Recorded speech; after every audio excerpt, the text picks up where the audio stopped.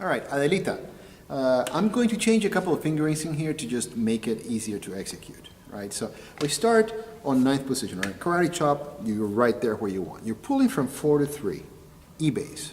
You jump over to seventh position as you pivot your hand to land 2 and 3 on the second and third string, right? Then you stay right there in seventh position, pull from 4 to 2, A base.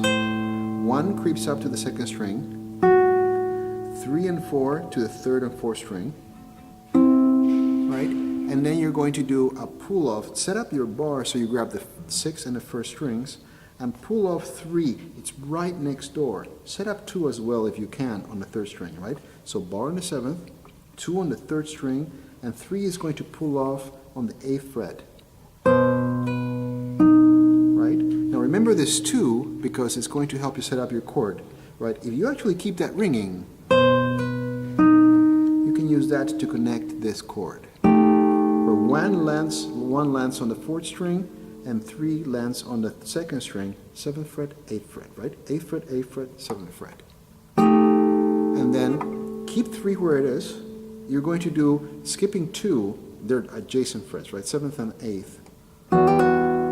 So you play 1, hammer 3, pull off, play the first string open, back to the second string open, first string, third position almost, right?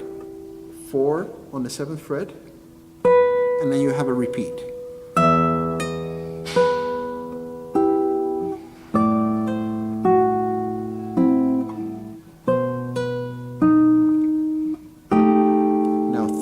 Going to be your guide finger as you move it to the 5th fret, right? And you're going to half stack, basically not directly above, but on the 4th string, set up 2, same fret, 5th. 1 is going to be behind it on the 4th, right? The next section is a bit harder and also easier, right? You set up your bar in the 4th position. You're going to hit the outer strings, both E's. You have a G sharp and an E bass, right? Then set up your chord, 2 on the 5th fret, 2nd string, 3 on the 4th string, 6th fret. Right? You do play the 3rd string within the bar, right? Then your pinky is going to come down on the 7th fret. Then keep 2 where it is, because 3 is going to join it down to create an A major chord. You get the C sharp right here on the 6th fret, 3rd string. And your bass changes to A again as an A major chord. Your pinky is going to do the same thing, but this time on the 2nd string. And then you repeat.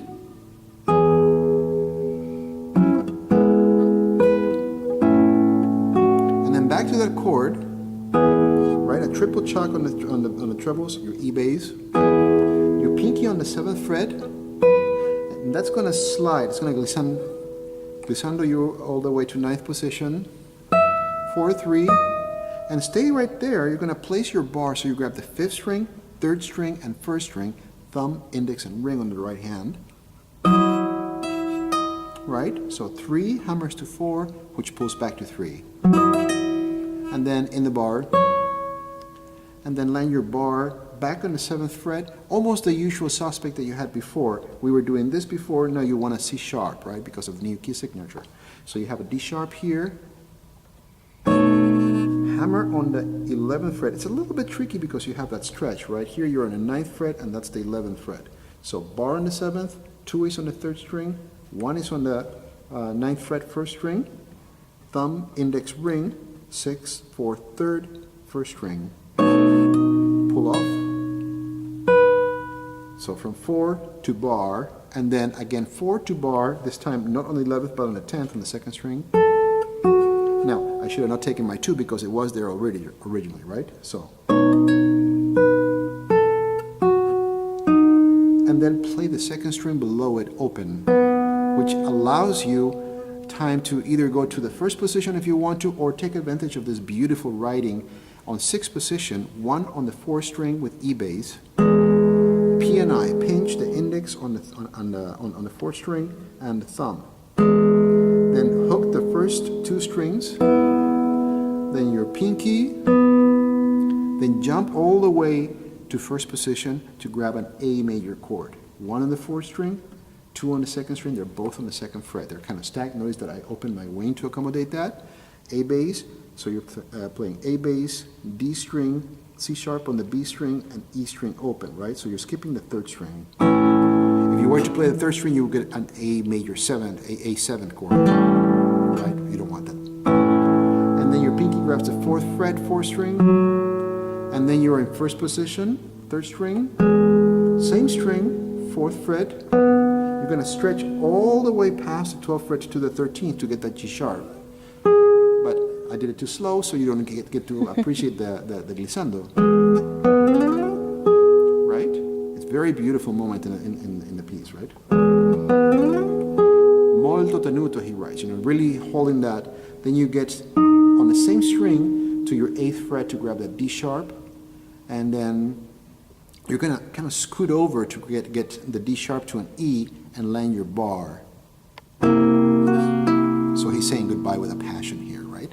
So your bar is on the 8th fret, you're playing the 6th, 4th string, 3rd string, hammer the 3rd string with your pinky on the 11th fret, pull off, right? And 2 is going to slide all the way to the 3rd fret to get that A sharp again. And then he says to do it in a different place. I actually personally like just making things a little bit easier here. B and B, right? 5th string, 2nd fret, 2nd string open. You're going to hit 2 and 3 stacked on the 2nd fret, right? So A and C sharp, and then keep 2 where it is because you're going to need it for a G sharp back here on the 1st fret. Play that together with the 2nd string open. Right? And then you set up your B7 chord, right? Which is basically 4 and 3 on the 4th fret. 4th string for the 3rd finger, F sharp, and you have a D sharp here on the 2nd string. And you play the inside strings only, right? Not the outer, inside, right? And as we said earlier, the hardest chord, 1 and 2. 3rd string, 4th string.